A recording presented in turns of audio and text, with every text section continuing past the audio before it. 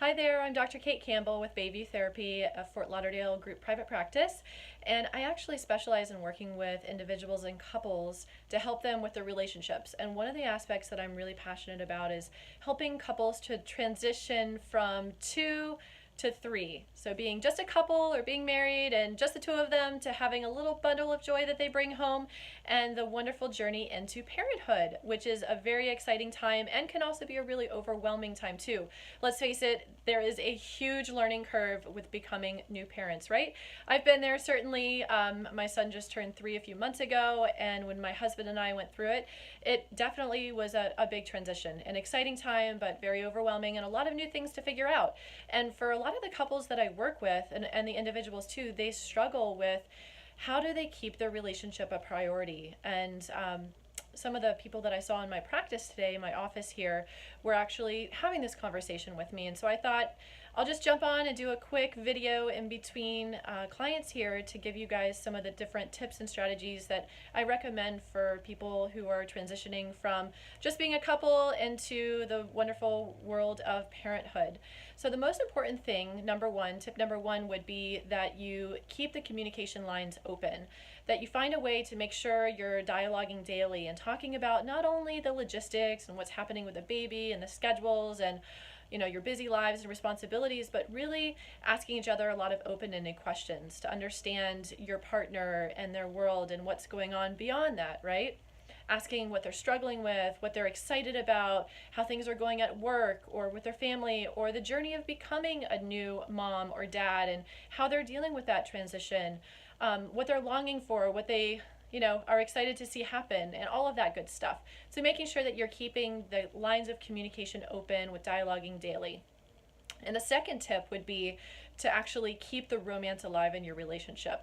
After having a baby, sometimes the last thing when you're in survival mode with your partner is thinking about like, how do we keep the romance alive? But what I'm talking about here is really continuing to date your partner and prioritizing that, making sure that you prioritize your time as a couple, because it's so easy to transition into, family time and focusing on the kids and making sure that they're growing and that they're thriving, and life can become really busy, right? And so during that transition, the couple relationship can get put on the back burner. But when we stop working on our marriage or our relationship stops working.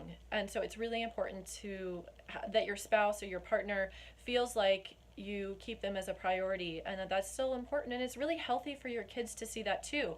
I know for my husband and I, when we go on date night once a week, when we do that, the sitter will come over, and my son is he's excited. Yay, mommy and daddy are going on a date. He sees that, and we show him a message about the relationship being important. Sometimes in the beginning, when your baby's really young, or if you have multiple kids, it can be really tricky, and it's difficult to carve out time to have separate time for the date.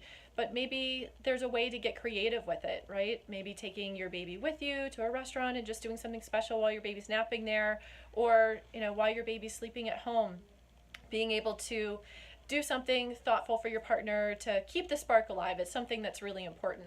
So that's tip number two. Tip number three would be keep the friendship alive.